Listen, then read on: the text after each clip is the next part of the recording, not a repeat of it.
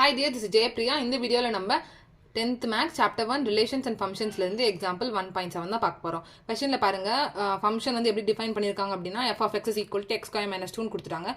வேற x வந்து பாத்தீங்கன்னா -2, -1, 0, 3 ன்னு கொடுத்துட்டாங்க and y is equal to r ன்னு கொடுத்திருக்காங்க. இப்போ என்ன கேக்குறாங்க list the element of f and if f is a function ஆ இல்லையா அப்படின்னு கேட்குறாங்க. ஓகேவா, எலிமெண்ட்ஸ் ஆஃப் எஃப் எப்படி கண்டுபிடிப்போம்? இங்கே எஃப் ஆஃப் எக்ஸில் வந்து பார்த்தீங்கன்னா ஒரு எலிமெண்ட்டாக சப்ஸ்டியூட் பண்ணிட்டே வந்தால் நம்ம எலிமெண்ட்ஸ் ஆஃப் எஃப் வந்து பார்த்தீங்கன்னா ஆர்டர் பேரில் எழுதிடலாம். இப்போ நாங்கள் கிவன் எடுத்து எழுதிக்கிறேன். x is equal to -2, -1, 0, 3. அதே மாதிரி எஃப் எப்படி டிஃபைன் பண்ணியிருப்பாங்க? x2y. அதில் F of x is equal to x square minus 2. நான் ஃபஸ்ட்டு எக்ஸ் இந்த செட்டில் இருக்கக்கூடிய எலமெண்ட்ஸ் நான் எடுத்துக்கிறேன். x is equal to -2 போட்டால் என்ன வரும்? x is equal to -1 போட்டால் என்ன வரும்? x is equal to 0 போட்டால் என்ன வரும்? x is equal to 3 போட்டால் என்ன வரும்னு கண்டுபிடிக்கணும்.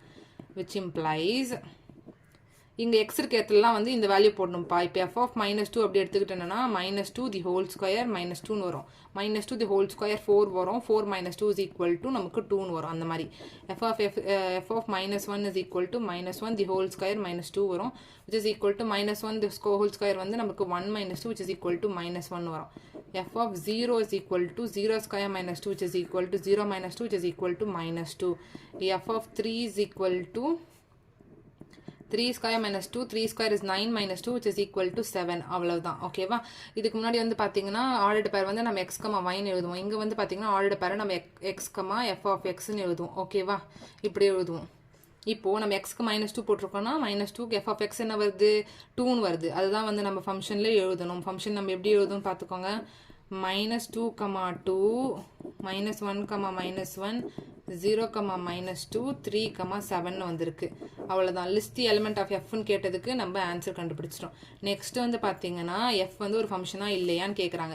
அதுக்கு நம்ம எப்படி கண்டுபிடிக்கணும்? ஆரோ டயக்ராம் போடணும். ஆரோ டயக்ராம் எப்படி போடுவீங்க? எக்ஸ்னு ஒரு செட் இருக்குது, வைன்னு போட்டுக்கலாம், இல்லைன்னா y is equal to f of xன்னு போட்டுக்கலாம். ஓகேவா, இதை வந்து நீங்கள் எப்படி மேப் பண்ணீங்க? எக்ஸில் வந்து -2, -1, 0, 3 என்ற எலிமெண்ட்ஸ் வந்துச்சு. இதில் நம்ம கண்டுபிடிச்சிருக்க எலிமெண்ட் தான் 2, -1, -2, 7.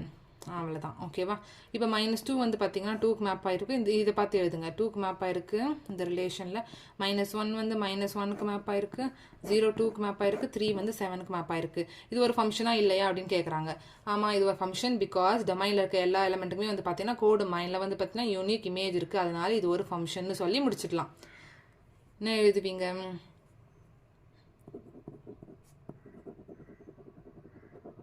all elements in domain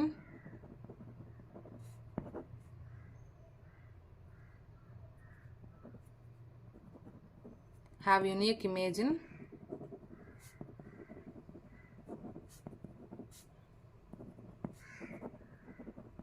codomain. Therefore, it is a function. அவ்வளோதான் இந்த சம். இந்த சம்மில் ஏதாச்சும் டவுட் இருந்தால் கமெண்ட் செக்ஷனில் கேளுங்க. என்னோட சேனல் பிடிச்சிருந்தா மறக்காமல் சப்ஸ்கிரைப் பண்ணி சப்போர்ட் பண்ணுங்கள். உங்கள் ஃப்ரெண்ட்ஸ் எல்லாருக்கும் ஷேர் பண்ணுங்கள். தேங்க்யூ.